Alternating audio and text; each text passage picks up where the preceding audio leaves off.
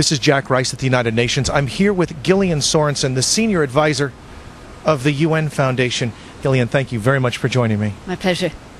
You know, we were talking about the role of the UN now and where we're going in this country. I think we look at the world and we see so much need.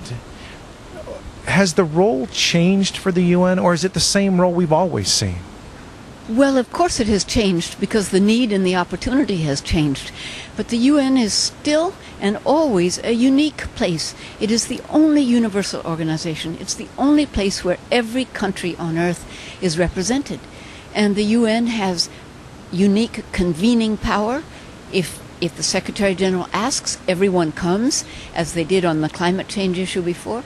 And it is the remarkable forum where all the world can talk, debate, disagree, work together. And that's what's extraordinary about it, as the UN approaches 63 years of age now. We think about the role that the United States plays in this. Some have said, as we have seen from a former ambassador, John Bolton, said we can get rid of part of this building here. And there are others saying, wait a second, actually the UN should be stronger. That would make them more effective.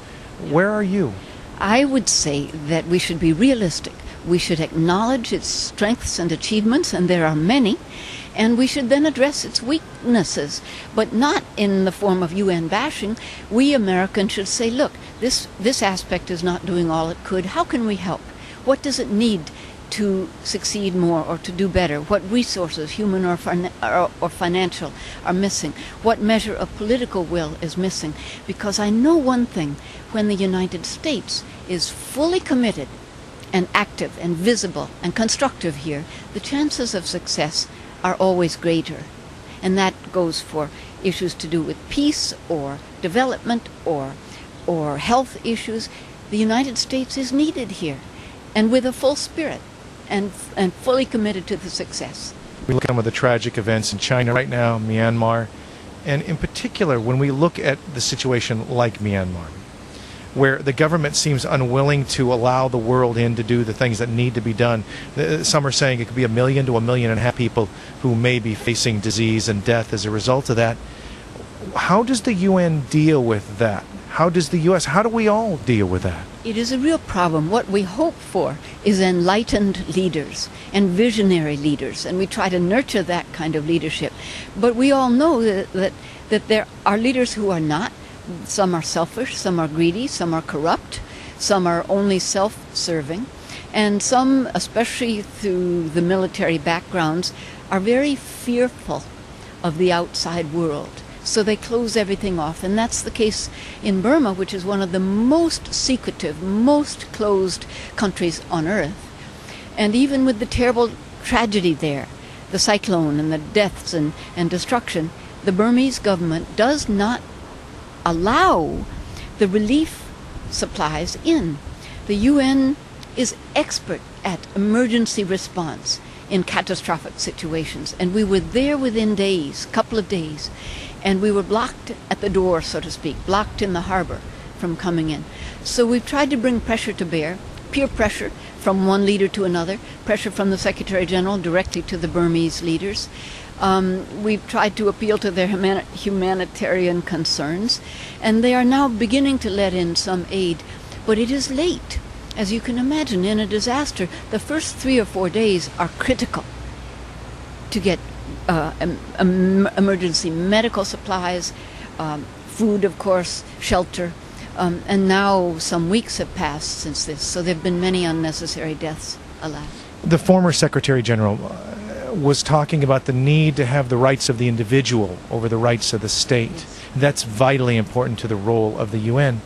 If we look at Myanmar, isn't that a perfect example? We can say, well, we'll wait for X number of weeks, or we need to put pressure to bear on them. You know what? That doesn't mean a lot to me if I'm burying my child.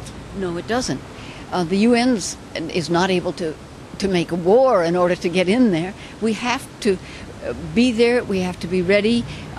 We have to try every avenue, whether it's formal diplomacy or informal or personal diplomacy, and pressures that include mediation and economic incentives, anything we can do to get them to open the door. But then we come to a reality, and that is that the UN cannot do everything. And when there are leaders who have no interest in serving their people or protecting their own, who have no interest in ending wars, it is very difficult. The World Food Program just had a meeting in Rome. Yes, it continues now. Ahmadinejad was there. Robert Mugabe was there. I look at what's happening in Myanmar and other places. You've been doing this a long, long time. How do you remain optimistic with so much that continues to go on that you must be unhappy with?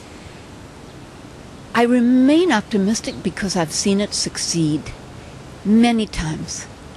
And I know that we won't have a better world just by wishing for it. We'll only have a better world by working for it.